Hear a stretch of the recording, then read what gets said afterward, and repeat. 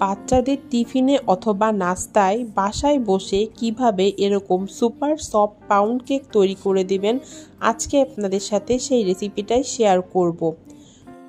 প্রথমে একটি পাত্রে রুম টেম্পারেচারে 3টি ডিম এবং 1 কাপের 4 ভাগের 3 ভাগ চিনি, তারপরে দিয়ে দিচ্ছি হাফ কাপ পরিমাণ তেল, সামান্য লবণ, 1 টিস্পুন পরিমাণ বাটারস্কচ ইমালশন। আপনারা এখানে যে কোনো ইমালশনই ইউজ করতে পারবেন। সবগুলো উপকরণ একসাথে 3 মিনিটের জন্য বিট করে নিব। আপনাদের কাছে যদি বিটার না থাকে তাহলে আপনারা এই কাজটি কাঁটা চামচ অথবা হ্যান্ড উইক্সের সাহায্যে করতে পারেন, সেক্ষেত্রে সময় একটু বেশি লাগবে।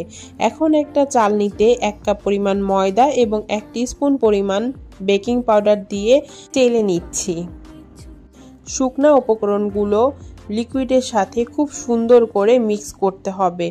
আমি আবারও 1 মিনিটের জন্য বিটারের সাহায্যে শুকনো উপকরণগুলো লিকুইডের সাথে বিট করে নিচ্ছি। এই পর্যায়ে দিয়ে দিব 2 টেবিল স্পুন পরিমাণ লিকুইড দুধ। দুধটা দেওয়ার পরে আমি আবারও 1 মিনিটের জন্য বিট করে নিচ্ছি। আপনারা চাইলে স্প্যাচুলার সাহায্যে এটাকে মিক্স করতে পারেন, কোনো অসুবিধা নেই।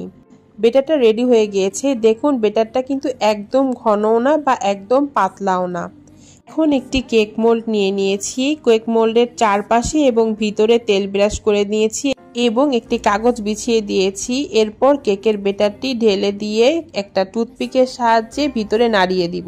10 মিনিট আগে একটা প্যানের মধ্যে স্ট্যান্ড বসিয়ে প্যানটিকে ঢেকে প্রিহিট করে নিয়েছিলাম মিডিয়াম হিটে। এরপর আমি কেকটা দিয়ে ঢাকনার ছিদ্রটা বন্ধ করে দিব। 30 মিনিটের জন্য বেক করব। দেখেন আমার কেকটা পারফেক্টলি ডান। কেকটা ঠান্ডা হয়ে গেলে এরপর নিজের পছন্দ মতন স্লাইস করে কেটে নেবেন। বাচ্চারা এই কেকটা খুবই পছন্দ করবে, আপনারা একবার হলেও ট্রাই করে দেখবেন।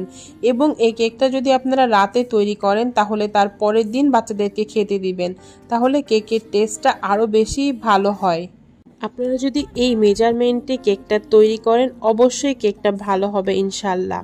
আশা করি রেসিপিটি আপনাদের ভালো লেগেছে। ভালো লেগে থাকলে লাইক, কমেন্ট, শেয়ার করে আমার পাশে থাকবেন এবং আমার পেজটিকে ফলো করে দিবেন। ধন্যবাদ সবাইকে।